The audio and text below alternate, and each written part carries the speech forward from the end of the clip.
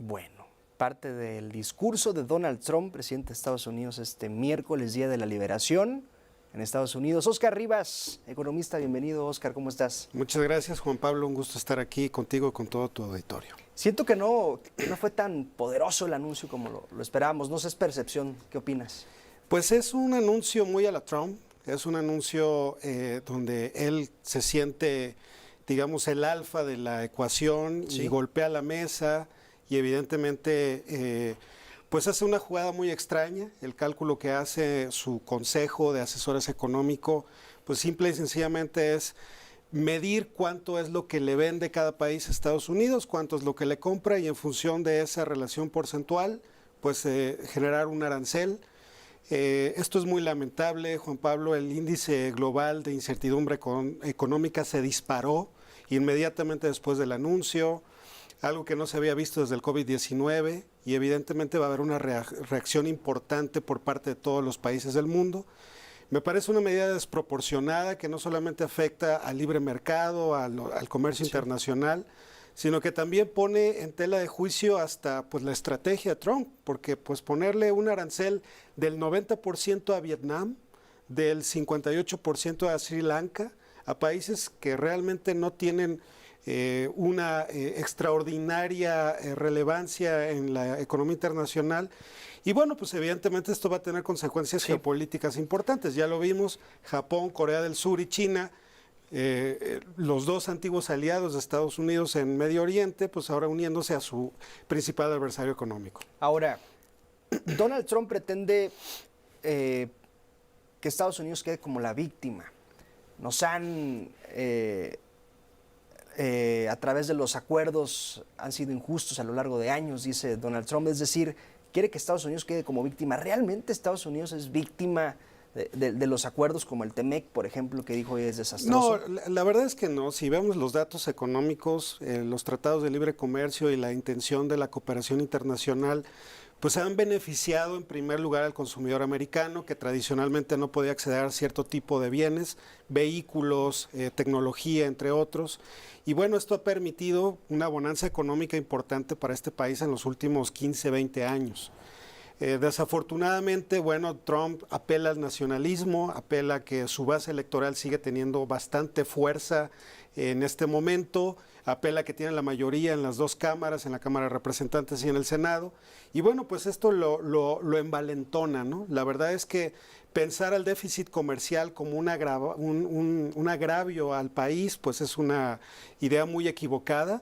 En realidad lo que debe de ver Donald Trump es cómo la economía de Estados Unidos ha venido creciendo de manera importante gracias a que, bueno, ha defendido la idea del libre comercio. Hoy regresar a la idea del proteccionismo, pues es una idea del siglo XIX, de principios del siglo XX, y la verdad es que no va a tener una oportunidad de mejorar la calidad de vida de los americanos. ¿Crees que la presión política de la oposición, quizás de algunos republicanos que estén molestos por las políticas de Trump, crees que la presión de los socios comerciales, o más allá de los socios, creo que tienen más poder otros países que están en una posición económica mucho mejor que la de México? En general, ¿crees que la presión pueda con Trump y meta reversa a alguna de sus ideas? No veo que la Unión Europea, que países pues aliados tradicionalmente a Estados Unidos como Inglaterra, la Gran Bretaña, puedan hacer algo. Creo que Donald Trump está buscando precisamente salirse de esta idea de que tenía que tener una relación geopolítica importante con estos antiguos aliados. Creo que lo que sí puede hacer la diferencia es el cabildeo, el lobbying que empresas importantes, sobre todo de la cadena automotriz, pueden hacer. Lo que estamos observando es que ni Canadá ni México se vio afectados por estos aranceles espejo. Lo que sí podemos observar es que sigue la amenaza latente, lo dijo, está molesto por el déficit comercial que tiene con nuestro país y con Canadá. Pero yo veo y observo que, por ejemplo, cuando fue el tema del aluminio y cuando fue el tema de las refacciones de automóviles, hubo una gran cantidad de lobby de estas empresas internacionales, de estas automotrices, para moderar un poco la postura de Trump. Entonces, creo que va a ser parte de este juego con el capital privado que se ve afectado en Estados Unidos, porque evidentemente esto les resta competitividad y afecta sus utilidades al fin de año, ¿no? Oye, empezaron a salir Trump lo que publicaba sus gráficas en la conferencia y salía una y luego venía la otra y no viene México y salió la tercera y no salió México. O sea, es decir, al menos hoy se salva preliminarmente México, aunque creo que debe de preocupar la declaración que hace respecto al TEMEC. Es preocupante y además no podemos olvidar que de todas formas hay un tema de presión política ante el gobierno mexicano por el tema de seguridad, por el tema del transporte y comercialización del fentanilo, por el tema de la migración. Es decir, el tema no está resuelto para el país. Si mañana la presidenta sale a decir que bueno, que todo está bien y que no pasa nada, pues también sería no observar que Donald Trump es un tipo muy difícil de medir en sus decisiones. Sí. Avisa, pero también a veces confunde. Entonces creo que es importante plantear la decisión de la presidenta de no subir o no responder a subiendo aranceles a los productos americanos que entran a México es inteligente, pero habrá que ver si en términos de estos dos asuntos, seguridad y migración, no nos va a poner mayor presión. Y evidentemente esto va a significar que para pasado mañana Donald Trump diga México no ha respondido como yo esperaba, entonces le voy a subir los aranceles. Sí. ¿Será que México sí está respondiendo? ¿Crees? Digo, leía yo los datos ahorita del operativo Frontera Norte y muchas detenciones, decomisos. No sé si eso realmente Trump lo toma en cuenta, a lo mejor ni siquiera se entera. No lo sé. Yo creo que para efectos de la narrativa política, México es un instrumento más para Donald Trump. Y es un instrumento que va a utilizar cuando él considere conveniente en función de los acontecimientos de la vida política de Estados Unidos.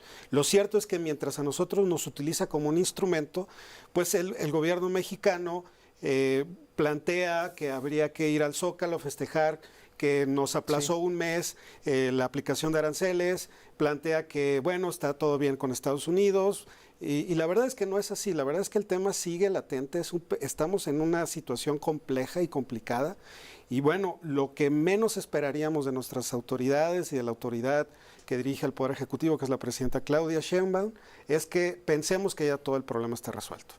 Oye, y Sheinbaum anuncia una respuesta, lo hizo la vez pasada, dijo el domingo todos al Zócalo, metió reversa a Trump y pues vámonos al Zócalo, ya estábamos apuntados. Y Sheinbaum fue clara, habrá respuesta a los aranceles recíprocos el 3 de abril, pero pues no hubo aranceles, pero el evento ahí está, es decir, mañana habrá un evento a las 12 del mediodía. ¿Qué respuestas tendría que dar Sheinbaum a lo que no ocurrió el día de hoy?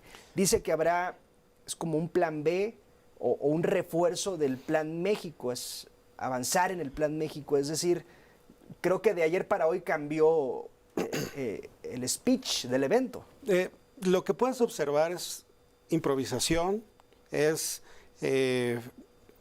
digamos, desviar la atención del problema real y sobre todo creo que la presidenta está hablándole a su base política, no le está hablando precisamente a los empresarios ni a los inversionistas.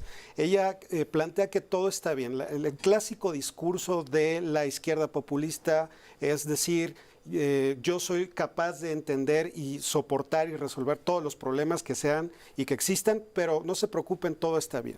Y a la menor de las inquietudes, a la menor de las preguntas, pues evidentemente se plantea que quienes dudamos de que este plan, primero A, luego B, luego Z, y luego quién sabe qué nombre le van a poner, pues al final de cuentas no va a resolver realmente el problema de fondo.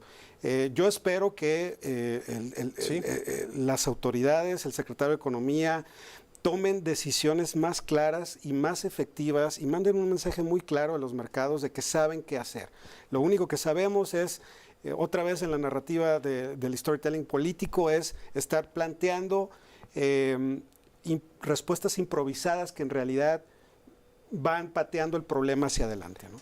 Dijo hoy la presidenta, la economía está bien. ¿Qué opinas? Que no es cierto, la presidenta se está convirtiendo más en política que en científica. La verdad es que presume que se generó un dato histórico de empleo y si nosotros calculamos que al final del sexenio de Peña Nieto el país terminó con poco más de 20 millones de empleos y que hoy tenemos 22.480.000 empleos formales, pues estás hablando de una tasa de generación de empleo por año en los últimos 6 años del obradorato de cuando mucho entre 300 y 350 mil empleos generados por año. Ahora, en el 2015 y en el 2016, Peña Nieto generó 600 mil empleos por año. Es decir, Obrador generó la mitad de empleos anuales y hoy la presidenta presume 175.765 empleos generados de marzo de 2024 a marzo de 2025. Es decir, no llega ni a la mitad de lo que generó en promedio Obrador. Y esto lo coloca como un dato histórico. La verdad es que los datos oficiales, no otros datos, los datos mismos del Instituto Mexicano del Seguro Social, dicen que esta intención de plantear todo como si fuese una bonanza económica la que tenemos en el país es positiva. Y simplemente te vas a los datos del crecimiento trimestral en el último trimestre de 2024, te vas a los datos de inversión extranjera directa, el país está entrando en una situación muy complicada de recesión.